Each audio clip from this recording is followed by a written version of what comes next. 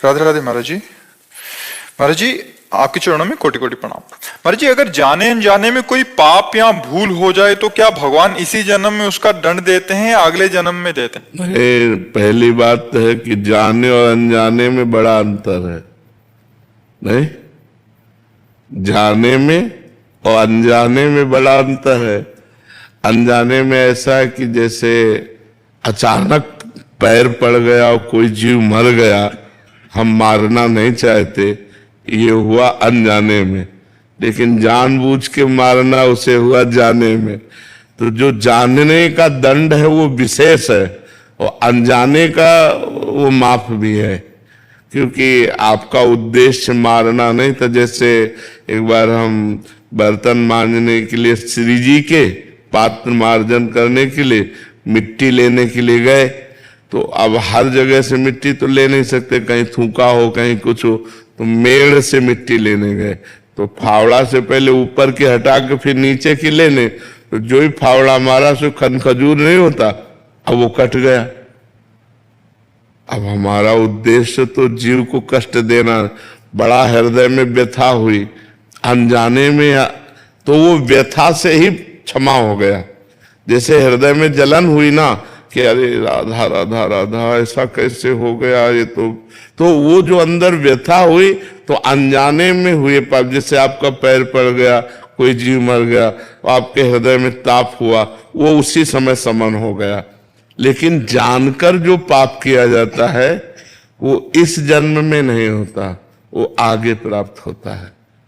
क्योंकि पीछे जन्म में जो हमने पाप किए उनसे जो शरीर बना, उस शरीर को सुख दुख भोगना पड़ेगा। जैसे इस समय हम अच्छा काम कर रहे हैं, लेकिन पीछे हमसे पाप कर्म हुआ तो आज हमको भोगना पड़ेगा। अच्छा काम करते हुए भी हमें भोगना पड़ेगा।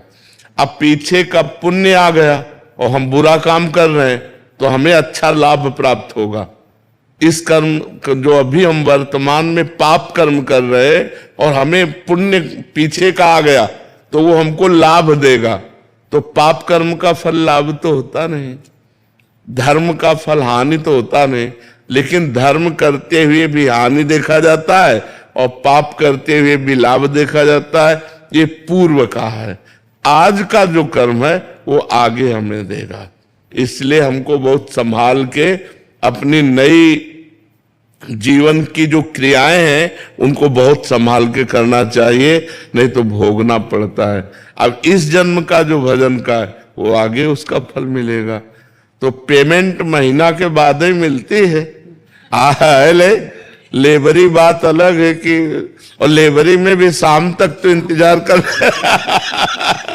तो ऐसे थोड़ा अंतराय में एक जन्म के बाद फिर हमें अपने कर्मों का, अगर कोई भयानक पाप बन जाए तो फिर तुरंत लागू हो जाता है।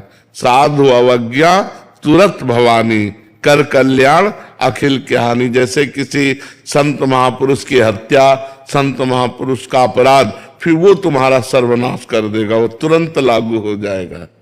वैसे कोई पुण्य कार्य हैं जो तत्काल असर करते हैं? हाँ, ऐसे ही पुण्य कार्य है कि तत्काल आपको संभाल देंगे। इसीलिए जैसे अनुष्ठान कराया जाता है ना ब्राह्मणों से, वो तत्कालिक अनुष्ठान लाभ देगा। अब वो मृत्युंजय का जप कर रहा है और उसकी मृत्यु योग आ रहा है, वो काट सकता है मृत्यु योग को। मंत्र में बहुत बड़ी सामर्थ्य है। भावी मेट सकें त्रिपुरारी, जो भाग्य में लिखा हुआ उसको भी मेटा जा सकता है तपस्या, भजन, अनुष्ठानों के द्वारा। ओमांश बंसल जी, राधे राधे। राधे राधे महाराज जी। क्या दूसरों के कर्मों में दखल देना उचित है महाराज जी? अगर कोई गलत कार्य या राह पर है तो उसे रोकना चाहिए या सत्मार्ग? अगर हमारी बात माने तो, अगर वो गलत कर रहा है तो हम प्रार्थना कर सकते हैं कि आप, वो हमारा अधिकार हो, हमारा मित्र हो, हमारा कोई संबंध हो, रिलेशन हो। उपदेश वही लागू होते हैं जहां शिष्यता हो या मित्रता हो और हमारी बात का कोई भाव रखे हो। तो हमें लगता है कि जब तक हमारा कोई भाव न रखता हो तब तक उपदेश नहीं देना चाहिए, नहीं तो उपदेश भी व्यर्थ जाएगा और आपको दुख भी होगा। या तो वो पूछ रहा हो तो आप बोल सकते हो, और या अपना कोई निजी जन हो तो आप बोल सकते हो, अन्यथा उपदेश करना वो उपहास का पात्र बनना है।